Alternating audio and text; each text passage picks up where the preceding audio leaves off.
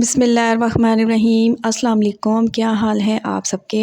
आज मैं आपके साथ शेयर करूंगी बहुत आसान और मज़ेदार टेस्टी रेसिपी। आज मैं लाई हूँ बट की रेसिपी।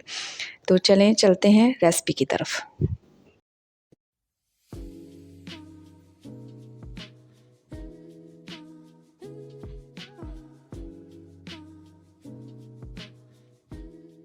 और यहाँ पे जी 1 किलो के करीब मेरे पास है बट।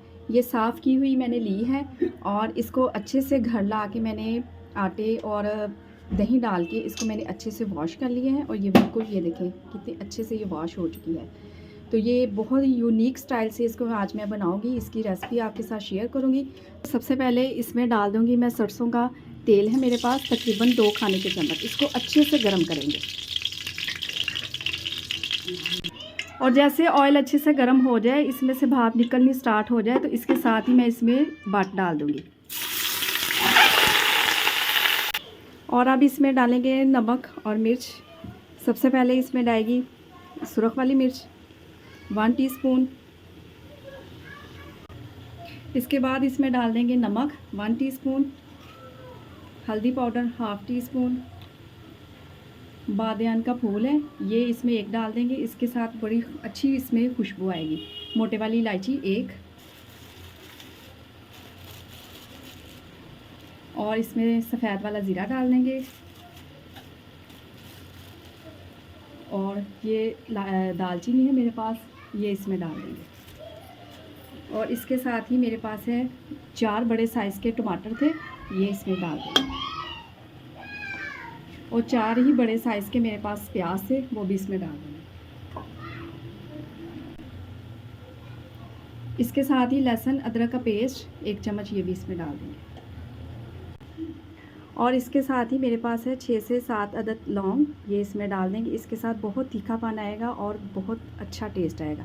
इसके साथ ही मैं इसमें पानी शामिल करूँगी, तकरीबन 3 गिलास इसमें पानी डाल देंगे और इसको 40 मिनट का टाइम देंगे।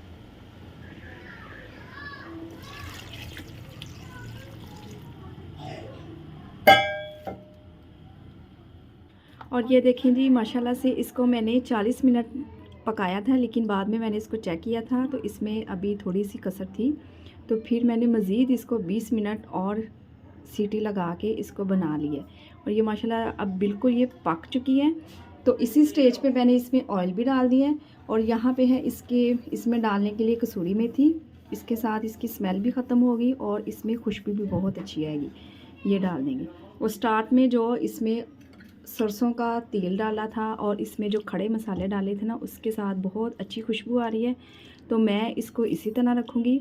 अगर आप इसमें पानी डाल के इसको ग्रेवी बनाना चाहते हैं तो वो आपकी मर्ज़ी है। और ये देखें जी टेस्टी औजड़ी बिल्कुल एकदम से डन है। आप इसको रोटी चपाती के साथ खाएं, ये बहुत टेस्टी बनती है।